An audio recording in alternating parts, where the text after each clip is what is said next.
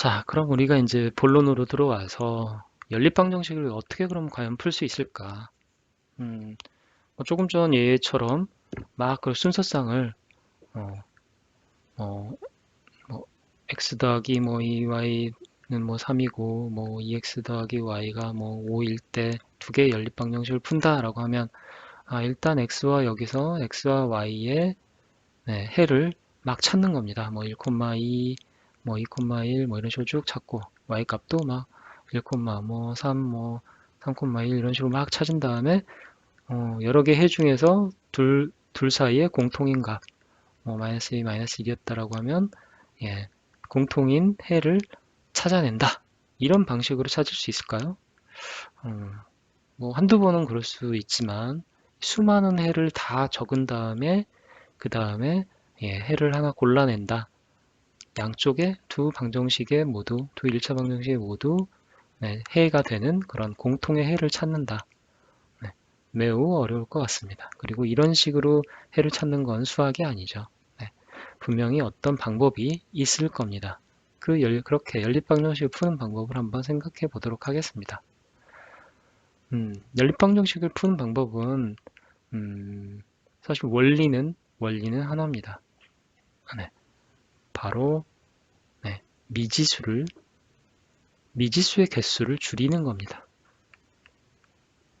개수를 줄여야 됩니다. 이게 바로 연립방정식을 푸는 핵심 원리입니다. 미지수가 지금 몇 개입니까? 우리가 배우고 있는 건 두 개입니다. x와 y 두 개의 미지수가 있는데 연립방정식을 어떻게든 조작을 해서 이 두 개의 방정식을 가지고 하나의 미지수만 남기고 하나의 미지수는 사라지게 만드는 겁니다. 그러면 만약에 우리가 하나의 미지수만 남는다 그러면 뭐 2x 더하기 1은 0, 1은 뭐 3, 뭐 이런 식의 하나의 미지수만 남게 되면 그다음부터는 우리가 이 1차 연립방정식은 미지수가 하나의 1차 연립방정식은 얼마든지 저희가 잘 풀 수 있습니다. 그런 문제는 과연 어떻게 해서 이런 식의 미지수가 두 개 있는 연립방정식을 가지고 이렇게 미지수가 하나인 또는 뭐 2y 뭐 빼기 1은 뭐 5 이런 식으로 뭐 예, 하나의 미지수만 있는 1차 방정식으로 만들어내느냐 그게 이제 결국은 우리가 배워야 될 부분이 될 것 같습니다. 이 미지수의 개수를 줄이는 방법은 우리가 일상생활에서도 볼 수 있는데요. 여기 지금 사진으로 지금 제가 표현한 사진을 하나 갖다 놨는데 예, 오래된 영화이긴 한데 오리엔트 특급 살인이라는 영화입니다. 이거는 이제 추리 이제 영화인데요. 네, 추리. 어, 한 객실에서 누군가 죽습니다. 네, 살인 사건이 벌어지는데 거기에는 살아있는 이 객실에 그 이제 살인이 벌어졌을 당시에 13명의 이제 용의자들이 있는 거죠. 네, 용의자는 이 살인을 저질렀을 것으로 의심이 되는 사람들이죠. 네, 13명 있습니다. 그럴 때 네, 이 탐정 또는 수사관, 형사들은 이 사건을 어떻게 풀어낼 수 있을까요? 살인자를 어떻게 찾을 수 있을까요? 범인을 어떻게 찾을까요? 네, 이때 쓰는 방법이 바로 네, 알리바이가 있는 사람들을 하나하나씩 제거해 나가는 겁니다. 답이 아닌 13명이 이렇게 막 있으면 다섯 뭐 해서 이렇게 쭉 13명이 있으면 이 사람이 살인인 사건이 일어났을 시간에 어디에서 무엇을 하고 있는지를 조사를 합니다. 그게 바로 이제 알리바인데요. 내가 이 사람이 죽었을 때 나는 다른 데서 식당 칸에서 밥을 먹고 있었어. 그리고 내가 밥을 먹고 있는 걸 본 사람이 여럿 있어. 증인이 많아.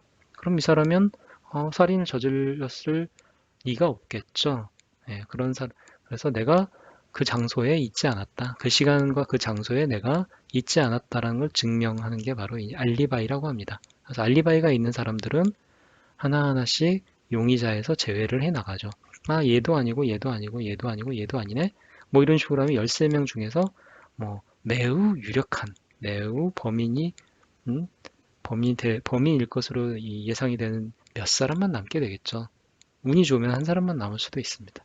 이런 식으로 네, 네, 알리바이가 있는 사람들을 용의선상에서 이렇게 하나씩 빼나가는 기법은 매우 네, 오래되고 전통적인 수사 기법입니다.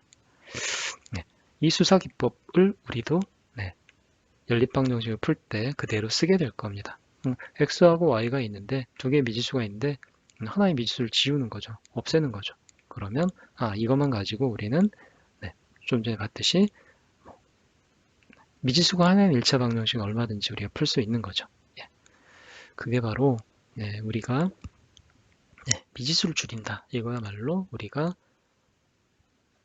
네, 연립 방정식을 푸는 연립 방정식을 푸는 바로 핵심 개념이 되겠습니다. 자, 예를 들어서 한번 보겠습니다. 좀 간단한 x 더하기 y는 3, x 빼기 y는 1이라는 연립 방정식입니다. 네. 이걸 어떻게 하면 하나의 미지수를 줄일 수가 있을까요? 힌트는 사실 우리가 이미 순환소수를 배울 때 어느 정도 썼던 방식을 사용하면 됩니다. 어떤 걸까요? 네. 두식을 순환소수 때 우리가 어떤 것들을 했었죠? 10x, x를 0.32, 0.3에 3 위에 점이 찍힌 순환소수라고 하면 이거를 x로 넣는다 그랬죠. 0.3333, 그 다음에 기본식은 뭡니까? 순환마디만큼 10을 곱하는 거죠. 그래서 빼는 거죠. 10x를 만드는 거죠. 10x는 3.3333이 되는데 그 다음에 x는 0.3333이니까 두 식을 어떻게 했습니까? 뺐죠. 두 식을 위아래로 뺍니다. 그러면 10x-x는 3하고 뒷부분들은 모두 뺄셈으로 사라지죠. 그래서 9x는 3이 되고 x는 우리가 9분의 3 이런 식으로 해서 답을 구했던 적이 있습니다. 순환소수를 분수로 만드는 과정. 자, 이 과정에서 우린 두 식을 위아래로 더하거나 위아래로 뺀 이 경험이 있습니다. 요걸 잘 이용을 하면 여기서도 뭔가 우리가 힌트를 찾을 수 있을 것 같습니다. 한번 x와 x가 있으니까 위에서 아래식을 한번 빼볼까요? x 더하기 y는 3이고 x 빼기 y는 1입니다. 두 식을 우리가 순환소수에서 했던 것처럼 두 식을 위에서 아래로 뺍니다. 그럼 어떻게 되나요? x 빼기 x가 되고 더하기 y 빼기 마이너스 y가 되고 우변은 3 빼기 1이 되죠. x하고 x가 어떻습니까? 빼니까 사라지죠. 같은 것이니까 빼면 사라집니다. 여기는 어떻게 됩니까? 2y가 되죠. 2y는 2. 그럼 얼마입니까? y는 1. y의 해가 나오네요. 그렇죠. 그럼 이 y의 해는 위에 1차 방정식도 해가 되고 아래쪽에 1차 방정식도 해가 되는 y입니다. 그러므로 위쪽에도 한번 넣어볼까요? 위쪽에도 넣어보면 x 더하기 1은 3이니까 x는 얼마입니까? 3 빼기 1이니까 2가 되죠. x의 해가 2가 됩니다.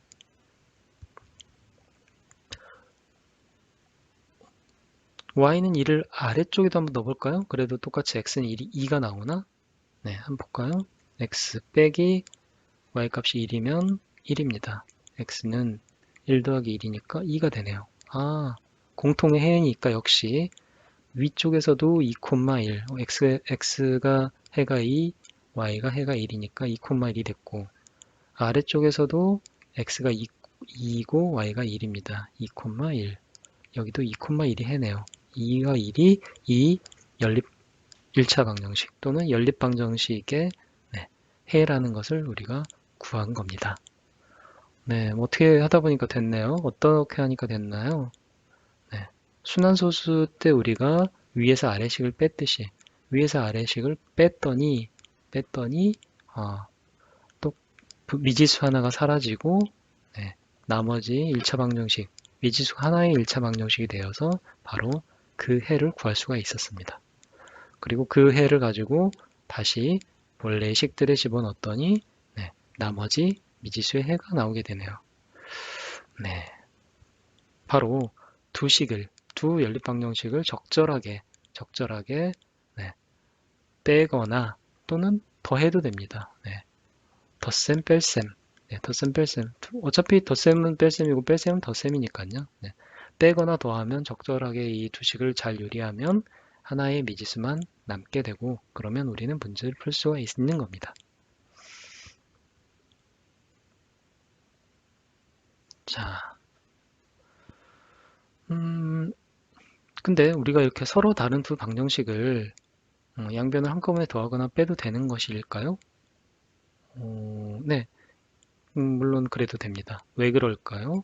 네, 왜 그럴까요? 우리는 네, 이 두 식을 더하거나 뺄 때 등호가 이미 성립한다. 즉, x와 y가 이 두 방정식을 모두 참이게 하는 해라고 가정하고 문제를 풀고 있기 때문에 그렇습니다. 네, 1차 방정식 때에서도 무슨 얘기냐? 2x 더하기 1은 뭐 3이다 라고 하면 네, 방정식의 성질을 이용을 해서 우리가 문제를 풀었었죠. 기본적으로. 그래서 이 더하기 1을 없애기 위해서 양변에 더하기 1 빼기 1은 3 빼기 1 양변에 이렇게 같은 것들을 빼줍니다. 이렇게 할 수 있었던 이유는 뭔가요? 이게 등호가 성립한다고 이 식이 등호가 참이라고 가정, 즉 x가 이미 우리가 얘가 해라고 가정을 했기 때문에 얘는 해야, 얘는 참인 값이야 라고 가정을 했기 때문에 이 등호가 성립하는 거죠. 그렇기 때문에 이렇게 그러면 양변이 똑같은 거니까 좌변과 우변이 똑같은 애니까 양변에서 같은 수를 빼도 돼. 그래도 어차피 등호는 계속 성립해 라고 우리가 생각해서 문제를 풀었던 겁니다. 마찬가지로 연립방정식이 네, 뭐 x 더하기 y는 1이고 3이고 x 빼기 y는 1이었다 라고 하면 이 등식, 이 x와 y가 둘 다 해라면 네, 이 방정식이 해라면 등호가 성립하죠. 그러면 어떻게 볼 수 있습니까? 뭐 a는 a, 좌변과 우변이 똑같은 거죠. 등호가 성립하니까. 마찬가지로 여기도 이미 우리가 x와 y를 해라고 가정을 하는 겁니다. 우리는 이미 해를 찾았다라고 가정을 하는 거죠. 그러면 밑에도 b는 b 이런 식으로 좌변과 우변이 이미 같습니다. 같다고 우리가 가정한 거죠. 그러면 어떻게 됩니까? 네, a는 a고 b는 b니까 네, 이렇게 두 식을 더해도 됩니다. 위아래로 더해도 되는 거죠. 더하면 네, a 더하기 b가 되고 결과가 a 더하기 b가 되니까 네, 계속해서 등호가 유지가 됩니다. 참입니다. 서로 네, 같은 거를 더했으니까 a와 b를 더한 것 또 a와 b를 더했으니까 결과도 같습니다. 뺄셈도 할 수 있죠. a는 a, b는 b다라고 하면 서로 둘을 빼도 됩니다. 그러면 좌변은 a 빼기 b, 우변도 a-b. 마찬가지로 네, 좌변과 우변이 똑같으므로 계속해서 등호가 성립합니다. 즉 빼도 된다라는 거죠. 네, 두 식을 빼도 됩니다. 그럼 더하기 빼기만 되느냐? 그렇지 않습니다. 윗식에는 양변에 3을 곱합니다. 양변에 동일하게. 그럼 3a는 3a가 되겠죠. 밑에 식에는 2를 곱해서 2b는 2b를 만듭니다. 네.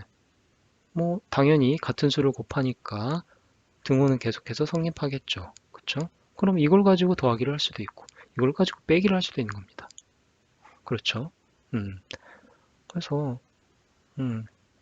이걸 보면 어떤 생각을 할 수 있습니까? 네. x 더하기 y는 3, x 빼기 y는 1이라는 연립방정식이 있으면 방금 전에 우리가 뺄셈을 했지만 두 식을 더해보기도 합니다. 그럼 어떻게 됩니까? 보니까 y 앞에 네, 덧셈과 뺄셈 서로 다르니까 더하면 y가 사라지겠죠. 이 애를 사라지게 하고 싶으면 그래서 두 식을 위아래로 더해버립니다. 그럼 어떻게 되나요? x 더하기 x는 3 더하기 1, y는 사라지니까요. 네, 그러면 2x는 4가 되어서 x는 2 이렇게 x값을 구할 수 있는 거죠. 네, 그럼 또 이 2를 여기나 또는 여기에 방정식에 집어넣으면 y값이 나오겠죠. 네, 2 더하기 y는 3이니까 y는 1. 우리가 이 x값과 y값의 해를 이미 찾았다라고 가정하고 이 등호가 참이라고 생각하고 그러고 나서 그러면 위아래를 더할 수 있지 라고 이렇게 푸는 겁니다. 네, 그렇죠? 그렇게 가정하고 풀었더니 진짜로 y값이 나온 거죠. 예. x값이 나온 거죠. 근데 이렇게 그냥 더하거나 빼거나 해도 되지만 뭐 필요할 경우에는 네, 윗식에 x 더하기 y에 3이 있으면 뭐 같이 2를 양변에 2를 곱하고 밑에도 양변에 2를 곱하는 거죠. 뭐 x-y는 2 곱하기 1 이런 식으로 한 다음에 둘을 더하거나 또는 둘을 빼도 전혀 상관이 없습니다. 네. 우리가 연립방정식을 푸는 방법의 핵심이 뭐라고 했습니까? 미지수를 줄이는 거죠. 그래서 미지수를 줄일 수만 있다면 얼마든지 양변에 같은 수를 곱하고 그 다음에 더하거나 빼도 또는 바로 더하거나 두 식을 더하거나 빼도 어떤 것을 해도 전혀 문제가 없습니다. 우리의 목적 미지수를 하나를 줄이겠다. 내가 y를 없애야겠다라고 하면 이 y를 없애기 위한 목적에 맞게 얼마든지 식을 변형해서 더하거나 빼면 됩니다. 자, 개념은 그래서 마지막으로 정리를 하면 연립방정식의 해를 구할 때 두 1차 방정식의 양변에 같은 수를 곱하거나 나눈 다음에 두 1차 방정식을 더하거나 빼도 된다. 네, 방금 우리가 쭉 살펴봤던 내용입니다.